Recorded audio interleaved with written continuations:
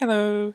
Now I want to present to you a very curious thing that I have noticed about the Repton 3 engine, or Repton Around the World engine, or all of them, I don't know. This, arrangement of boulders, as you can see, I have a big stack and I've copied them from, across the screen. This is at regular intervals. You can see it's regular intervals because of the diamonds and dirt at the top. It's, the same distance apart. Just to get an idea that it's consistent across the whole of the level.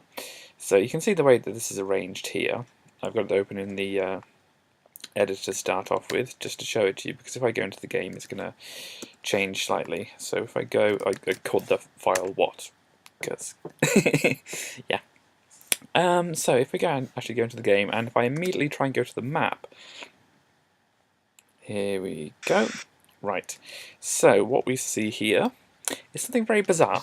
I mean, look, they were all lined up equally and nicely and a nice distance apart, and the first column is different from the second column, and it's different from the third and the fourth. All the columns are different, the way that the boulders are falling down now.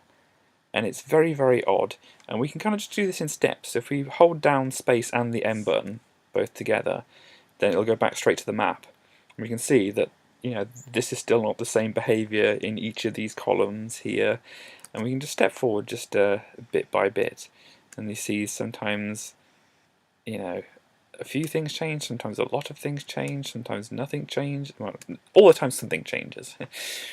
But this is a very curious behaviour of the boulders and how it's actually been programmed to make them fall, because I mean, look at that.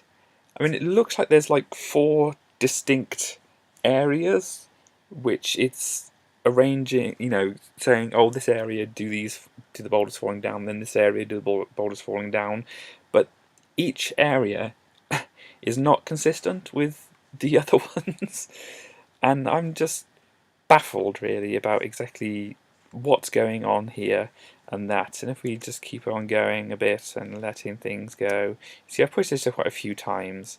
Like, how many times have I done this now? And you see the boulders, I can still, when I go to this view, see some boulders out the corner of my eye, or the corner of the screen, or whatever. There's still that one just right next to me, which hasn't really moved very far. And then like, they're all lying flat, and then no, still nothing's happening. And then whoomph! Look at that distance they've covered there. As it's very curious behaviour. Now if I go out of this and back into it, just go straight back to the map as I was doing before. What I want to point out here now is, if I push down as well, and keep down held while I switch backwards and forwards, you'll see that those boulders no longer just hang around there.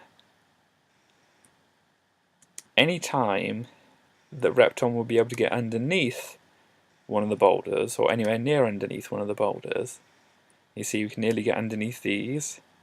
No, they've gone. They've gone all the way down there, and this is falling in a different way to the way it was falling before. I just kind of wanted to do a test here, because this is very, very odd in my eyes. There's not much of a consistency. If you do the same thing, if you go out of the level, come back into the level, and do the same thing, I think you get the same results. But if you do different things, weird different things happen. Even if you stand still, the columns don't fall in the exact same way. One thing that I did want to test, however, is if I just take Repton from up here instead, and then put him at the bottom, because obviously when we were trying to walk down, as soon as we got past to where we could like maybe duck under one of the boulders that was supposed to have fallen past us, they kind of update themselves so they're all the way past. So I shall save this as what? I don't know why I said it like that. I just fancied saying it like that, I think. So we go back to what again, and let me see, let's turn off the music. Which one's the music? That one's the music. And then we can have a look and see what happens here. Now if we go straight to the map. So I put the diamond above me so that it wouldn't, no boulders could land on me and injure me. I think this is a different arrangement. I mean, I'm in a different place and these things are falling differently. I mean, you can see that they're not the same pattern as they were before. And this is a very, very curious behaviour of boulders. Now, this is going to be, woo! This doesn't look good, does it? I mean, if you were just playing the game normally, this would be bad for you because this boulder that's like 3 or 2 spaces up is going to roll over and hit you on the head. There's all these other boulders that are falling down, but can we try and see if we can bypass? No. Actually, no, we're still going to die, aren't we? Still going to die. Yeah, we didn't even move up. Even though we were, you could see Repton was moving up before. Yeah, this is strange behaviour, and obviously in the way it's programmed, and obviously to make it as efficient as possible, probably. Yeah, but it's interesting to say the least. So what I also wanted to do, if I can actually do this without taking too much time, is I wanted to look at Repton Infinity as well. Now, you won't be able to see me clicking around menus and things like that, but I do have a setup for Repton Infinity here. Now, I have to try and remember which things I was on. Hang on, I'm kind of looking at the wrong thing. Don't worry, I'll be with you. I'll be with you very soon. Yeah, there's my levels. Now I may have to just do a control break out of this, then out of that, and then do the catalogue. Okay, so you can maybe see some things here.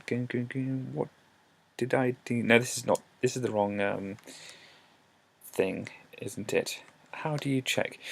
Now, if I was sensible, I would have checked the way to look at the drive 1 instead of drive 0, but never mind, here we go. Yeah, test. You can see I've got test all over the place here. Yeah, so I'm guessing I'm loading up the level test, so let me just get back, or the game set test. Let me get back to where I was. Sorry about all this, and maybe this is interesting to you. A bit of computer history, kind of, maybe-ish. But anyway, if this actually wants to load up, we do have the correct disk in now. So, Repton Infinity. I don't know if I showed this in my playthrough. I may have done so. I haven't done the master version of it. The link is just a bit different, and the way that you load in the things to be linked is a bit weird as well. Or different, should I say.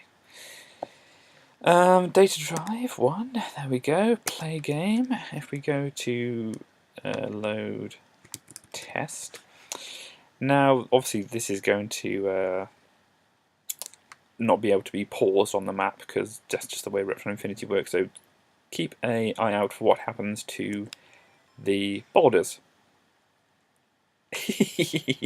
Because of the way that Repton Infinity is programmed, or specifically the way the boulders in Repton Infinity are programmed, they do a very bizarre thing. So this is more understandable to me about why it does this, and I understand that, and I've written my game Claptraps with some of this idea in mind. So the apples in Claptraps will work a very similar way to this, but yeah, I'm just going to repeat this over and over again because it's quite amusing, really. But yeah, I just as an interesting point here, can I move around? Oh no, I can't move around. Here we go. Oh yeah, because for some reason the way that this is linked, he does a weird whoop. It just floats down. But yeah, I mean, as I was saying in my making Repton 3 levels, I wanted a special boulder. As you can see, this is a special boulder indeed. It works pretty much like a normal boulder, but it looks a bit different. It looks like I've scribbled over it because that's what's happened. But yeah, I was saying that designing Repton 3 levels, I wanted to have a special boulder which, when it got to like certain tiles, it would, you know, let you through. So this is what this is designed to do here, and it deletes other things that you might want as well. Ooh, and somehow that kills you. I wasn't expecting that. I think because it's, oh yes, because it's creating a space in that gap. So yeah, you don't want to do that. And then you should be able to walk underneath it. No, still kills you. Maybe I've got it set up wrong. Maybe I've got the state. I've had it flip the state on this block, so that it's always creating blank spaces beneath it, and therefore causing a problem. But yeah, trying to get back to where I was. I wanted the special boulder which would like unblock things, and I tried to make it with this. And obviously, it works to a certain extent, but then this is not a normal boulder. This is not how boulders normally work. Because I tried to put on the rest of the definition in, and then the linker was, or the blueprint thing was having problems in doing it, and yeah. So I decided it'd be a much easier thing to try and do in a modern programming language. That's why I designed the JavaScript version of Claptraps and so on, just in case you wanted some insight into that. But yeah, so let's just do that boulder thing once more, because it's always amusing to see. Very nice and neat, really. But yeah, that was just a interesting jaunt into various aspects of Repton 3 and Repton Infinity. So thanks for watching.